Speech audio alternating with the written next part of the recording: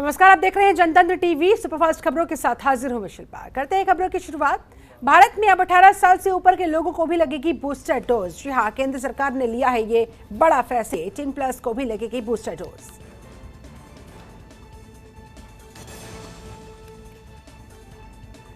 Reserve bank ने आज वित्त वर्ष 2022-23 की पहली क्रेडिट पॉलिसी की जारी।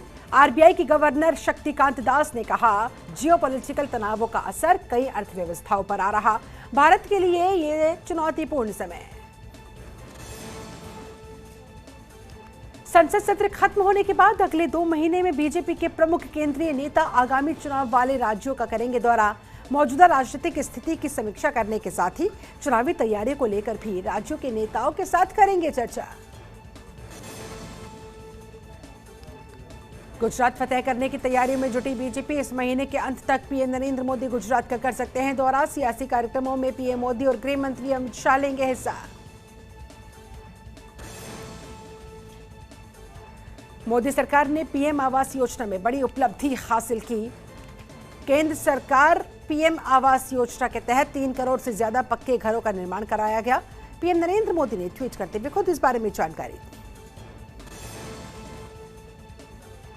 यूपी में जल्द ही बुजुर्ग महिलाओं को योगी सरकार देगी बड़ा तोहफा। जल्द ही यूपी में 60 साल से ऊपर की महिलाएं यूपी रोडवेज की बस में कर पाएंगी मुफ्त में यात्रा। दिल्ली राजस्थान में भी फ्री बस सफर की मिल सकती है सुविधा।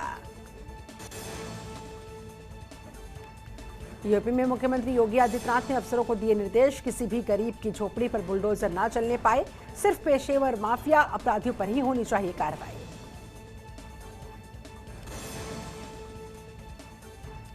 यूपी में 9 अप्रैल को होगा एमएलसी का चुनाव। विधान परिषद की 36 में से 27 सीटों पर होनी है वोटिंग। एमएलसी की 9 सीटों पर बीजेपी प्रत्याशी निर्विरोध निर्वाचित। 12 अप्रैल को चुनाव के परिणाम आएंगे सामने। 41 जिलों में होगी वोटिंग।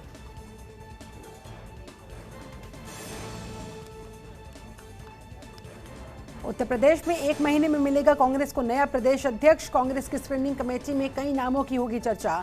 अध्यक्ष पद पर बड़े चेहरे को लाने की कवायद तेज। यूपी में भी 1 अध्यक्ष और 4 कार्यकारी अध्यक्ष बनाने की है तैयारी।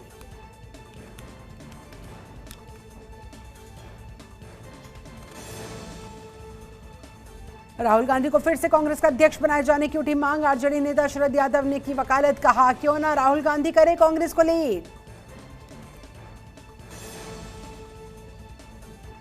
गोरखपुर में गोरखनाथ मंदिर हमले में आरोपी मुर्तजा से पूछताछ में हुआ बड़ा खुलासा। हनी ट्रैप के साथ हुई आईएसआईएस से जुड़े हुए लोगों से भी बातचीत। आईएसआईएस कैंप में फंसी लड़की के नाम पर आया था ईमेल। मदद के लिए 40,000 रुपये भी भेजे थे।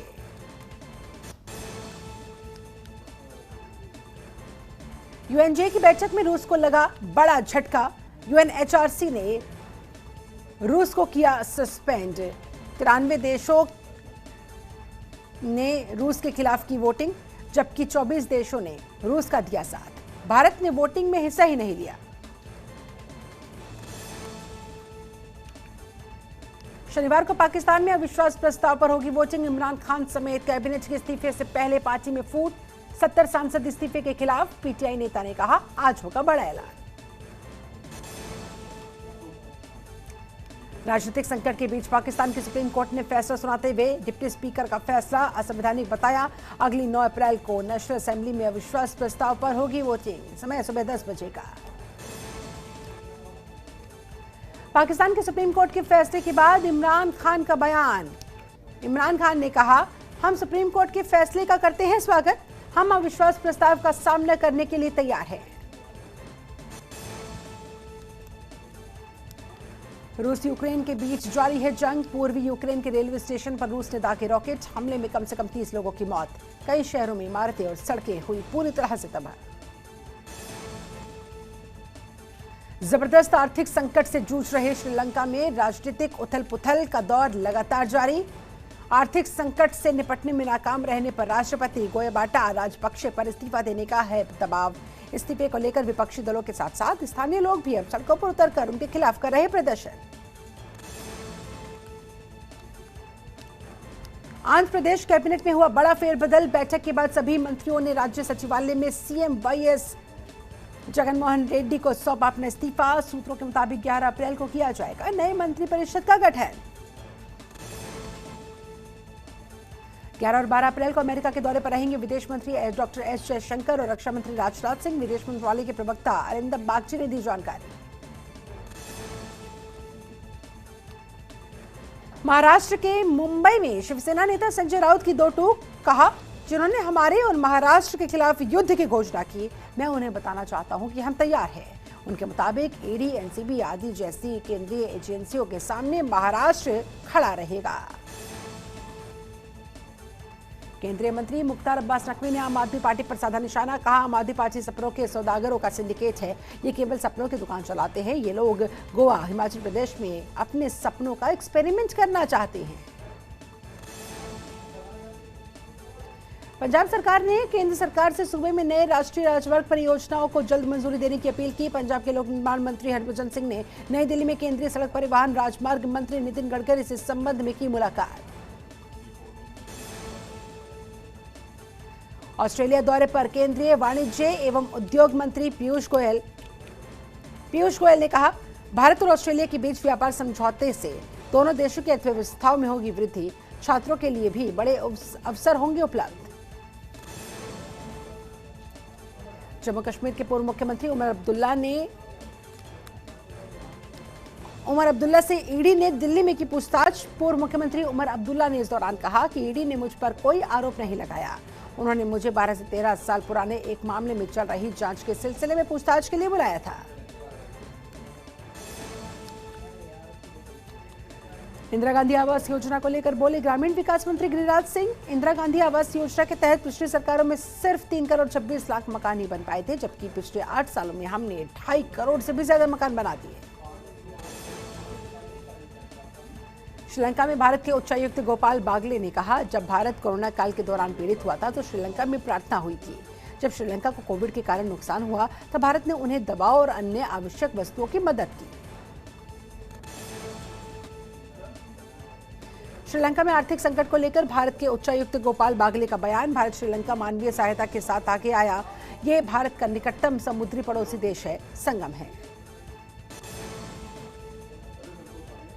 राजस्थान के करौली में हुई घटना पर बीजेपी नेता राज्यवर्धन सिंह राठौर का बयान। राजस्थान के अंदर राज्य सरकार तालिबानी सोच के साथ कर रही काम। पुलिस को घटना की पहले से क्यों नहीं थी जानकारी। वहां 14 से 15 दुकानों को जलाकर खाक कर दिया गया। अजान पर केरल के राज्यपाल मोहम्मद आरिफ खान ने कहा कि ये बकवास है। क्या ये भी कोई मुद्दा है? अगर हम इसके बारे में बात करते हैं तो हम उनकी मदद करेंगे। क्या आप उनकी मदद करना चाहते हैं? कांग्रेस नेता राहुल गांधी का बड़ा बयान सामने आया। राहुल गांधी ने कहा कि भारत को बांटा गया, नफरत फैलाई गई। भारत पहले एक देश हुआ करता था, लेकिन अब इसमें अलग अलग देश बन गए हैं और सबको एक दूसरे से लड़वाया जा रहा है।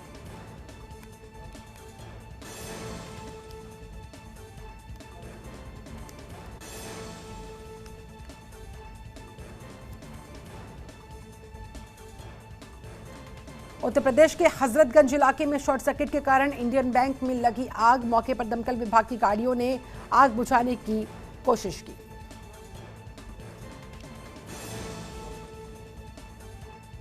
अजान के मुद्दे पर बीजेपी के राष्ट्रीय उपाध्यक्ष दिलीप घोष का बयान आया सामने। मुस्लिम देशों में भी अजान माइक पर नहीं की जाती।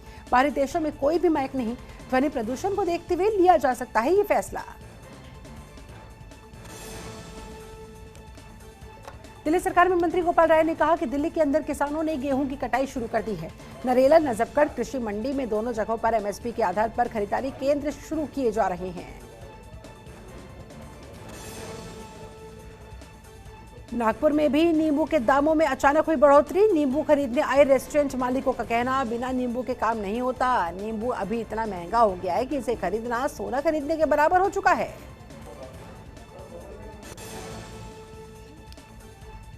दिल्ली की गाजीपुर सब्जी मंडी में नींबू के बढ़े दाम। व्यापारियों का कहना है कि नींबू की कीमतें बहुत ज्यादा बढ़ गई। पीछे से नींबू महंगे आ रहे हैं तो हमें भी महंगे बेचने पड़ रहे हैं।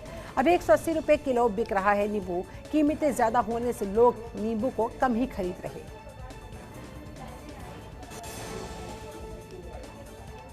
बढ़ती महंगाई पर कांग्रेस नेता राहुल गांधी ने सरकार पर जमकर निशाना साधा। राहुल गांधी ने कहा, भारत के मौजूदा आर्थिक हालातों के संदर्भ में आने वाला वक्त कैसा होगा इसका आप अंदाजा भी नहीं लगा सकते। जो आने वाला है वो आपने अपनी जिंदगी में कभी देखा भी नहीं होगा।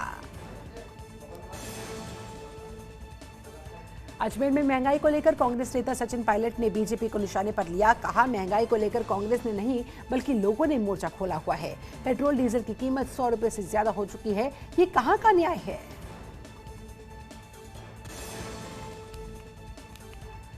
दिल्ली में ऑटो चालक सीएनजी की कीमत में बढ़ोतरी के खिलाफ कर रहे हैं हड़ताल। ऑटो चालकों का कहना है कि महंगाई से परेशानी झेलनी पड़ रही है। सरकार गरीबों की सुनने को तैयार नहीं। हमने सरकार को बनाया, लेकिन अब सरकार हमें देख ही नहीं रही, पूछ ही नहीं रही। जयपुर में बायोफ्यूल प्राधिकरण के प्रोजेक्ट डायरेक्टर सुरेंद्र सिंह राठौर को 5 लाख रुपए रिश्वत लेने के आरोप में किया गया गिरफ्तार। जयपुर जोधपुर दोनों जगह के मामले शामिल। एसीबी के एएसपी नरोत्तम वर्मा ने दी इस बारे में जानकारी।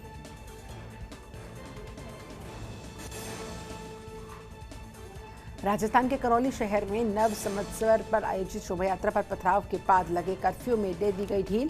खरीदारी के लिए लोग कर्फ्यू हटने के बाद इस ढील के बाद घरों से बाहर निकलने लोग हो गए शुरू।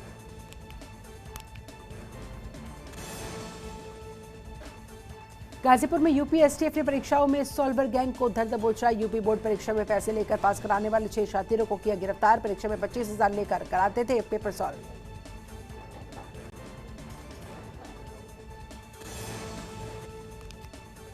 गोंडा में आसाराम बापू आश्रम में मिला नाबालिग का शव। पुलिस ने शव कब्जे में लेकर पोस्टमार्टम के लिए भिजवाया। 3 दिन पहले गायब हुई थी नाबालिग। मामले की तफ्तीश में जुटी पुलिस।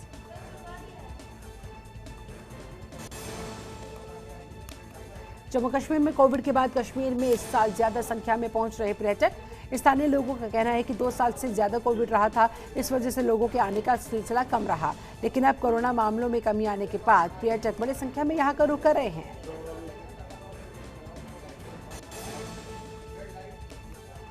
नॉर्थ दिल्ली के डिप्टी मेयर राजेश लवारिया ने पूरी दिल्ली में मीट की दुकानें बंद होने की बात कही। उन्होंने कहा, माता रानी के नवरात्र चल रहे हैं, इसे देखते हुए नॉर्थ दिल्ली में भी हम मेयर से आग्रह करेंगे कि वो मीट की दुकानें बंद रखें।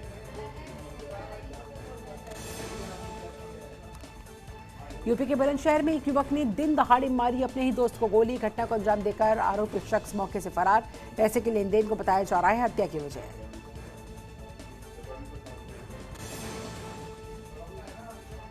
कन्नौज में दबंगों ने लाठी से पिता पुत्र को पीटा। पिता पुत्र के मार पिटाई का ये वीडियो हो रहा सोशल मीडिया पर वायरल वीडियो होने के बावजूद भी पुलिस को नहीं है मामले की जानकारी।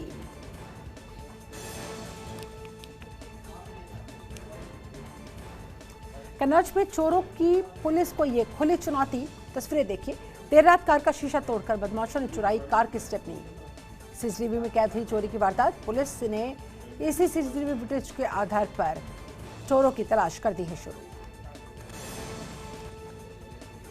उधमपुर में एक सड़क दुर्घटना में महिला समेत 3 लोगों की मौत। पुलिस ने दी जानकारी। बाइक के डिवाइडर से टकराने पर हुआ हादसा।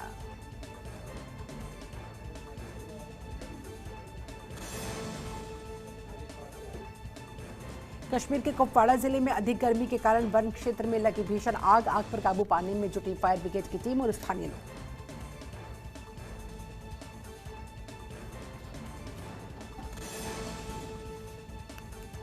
लखनऊ के जनेश्वर मिश्रा पार्क की झील में मिला युवती का शव। पार्क में मचा हड़कंप। सूचना मिलने पर पुलिस मौके पर पहुंची। शव कब्जे में लेकर तफ्तीश में जुटी हुई।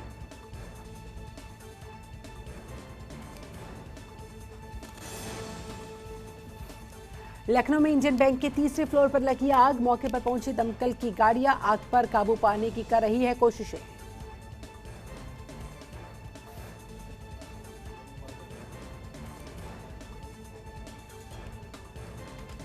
चंदौली में आग लगने की वजह से गेहूं की फसल जलकर हुई राख। घंटों प्रयास के बाद पाया गया आग पर काबू। सूचना मिलने के बाद भी मौके पर नहीं पहुंची फायर ब्रिगेड की टीम। अब तक आग लगने के कारणों का नहीं चल सका पता। पीलीभीत में पुलिस अधीक्षक ने किया 1 दर्जन पुलिस कर्मचारियों का ट्रांसफर। कानून व्यवस्था को और मजबूत बनाने के मद्देनजर लिया गया फैसला।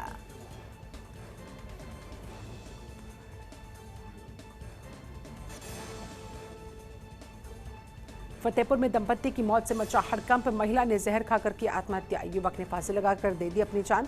घरेलू विवाद बताई जा रही है मौत की वजह। शव को अपने कब्जे में लेकर जांच में जुटी पुलिस।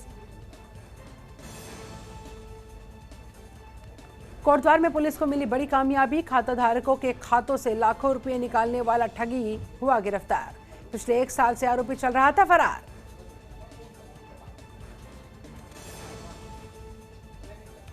उधमपुर में भीषण सड़क हादसा। प्रदर्शन कर रहे लोगों को ट्रक ने रौंदा। 3 लोगों की मौके पर हुई मौत, कई लोग घायल।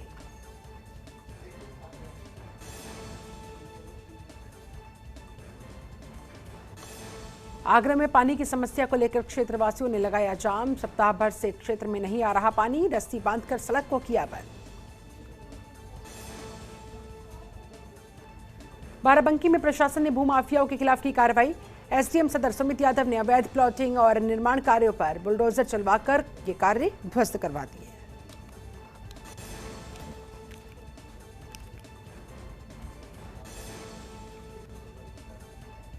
लखीमपुर खीरी में स्वास्थ्य विभाग की ओर से बड़ी कार्रवाई। जिले में 5 बिना रजिस्ट्रेशन चलने वाले अस्पताल और 2 अल्ट्रासाउंड सेंटर्स को किया गया सील। रामपुर में इको कार और कंबाइन मशीन में जोरदार भिड़ंत। कार सवार 2 युवकों की मौके पर ही मौत, 4 घायल। घायलों में 2 महिलाओं की स्थिति गंभीर।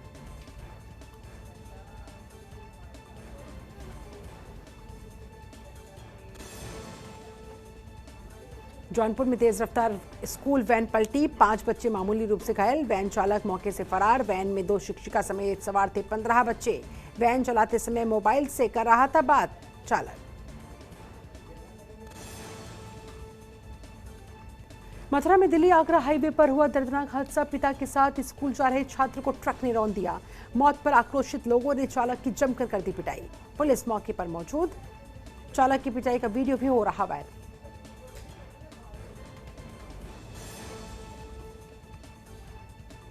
आगरा लखनऊ एक्सप्रेसवे पर बड़ा सड़क हादसा। नेपाल से जयपुर जा रही मिनी बस पुलिया से टकराई। हादसे में 1 की मौत, 2 दर्जन लोग घायल। रफ्तार और लापरवाही बनी हादसे की वजह। ड्राइवर को नींद की झपकी आने की बात आ रही सामने।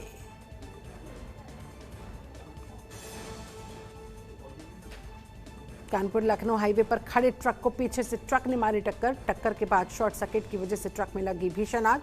आग लगने से ट्रक जलकर हुआ खाक।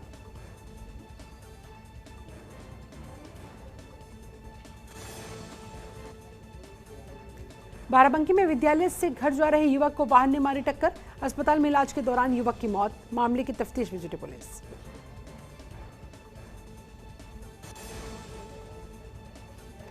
यूपी की योगी आदित्यनाथ सरकार की कार्यशैली की तर्ज पर उत्तराखंड में भी अब बुलडोजर के कहर। हल्द्वानी में रेलवे की जमीन पर बन चुके 4000 से ज्यादा मकानों के टूटने के आसार।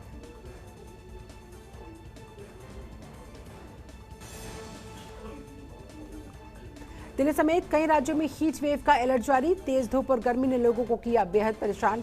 5 दिन गर्मी से राहत मिलने के नहीं दिख रहे कोई आसार।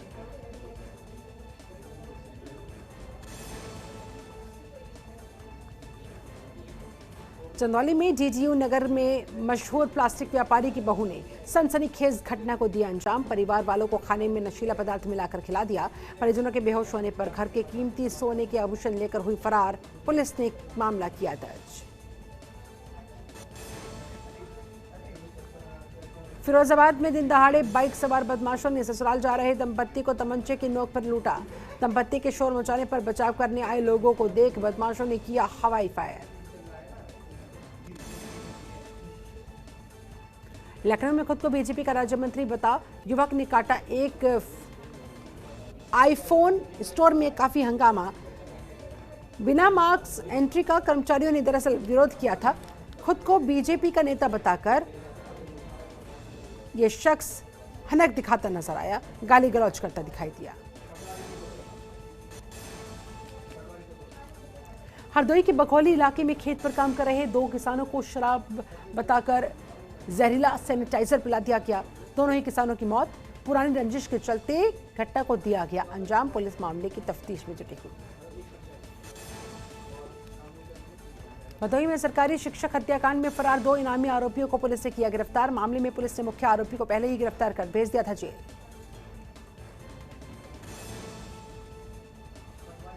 हरदोई की बघौली थाना इलाके में चाची भतीजे के बीच हुई तीखी नोकझोंक। भतीजे ने निगला जहर, चाची ने लगाई फांसी।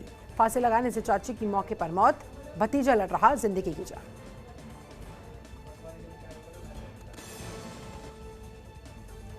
पीलीभीत की पूरनपुर कोतवाली क्षेत्र में 2 किसानों की गेहूं की फसल जलकर हो गई राख। किसानों ने कड़ी मशक्कत के बाद पाया आग पर काबू। तहसील प्रशासन के खिलाफ किसानों में जबरदस्त आक्रोश। बागपत में नहाते समय यमुना में डूबे 2 किशोर। एक को गोताखोरों ने सही सलामत निकाल लिया, लेकिन दूसरा किशोर नदी में डूब गया। तलाश जारी।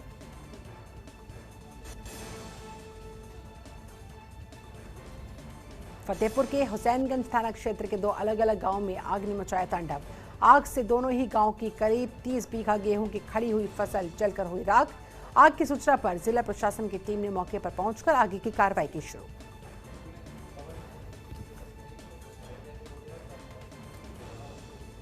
चलिए इसी के साथ नॉनस्टॉप खबरों में फिलहाल बस इतना ही। आप बने रहे जनतंत्र टीवी के साथ। नमस्कार। खबरों के निष्पक्ष विश्लेषण के लिए सब्सक्राइब करें जनतंत्र TV and press the bell icon. Never miss any update.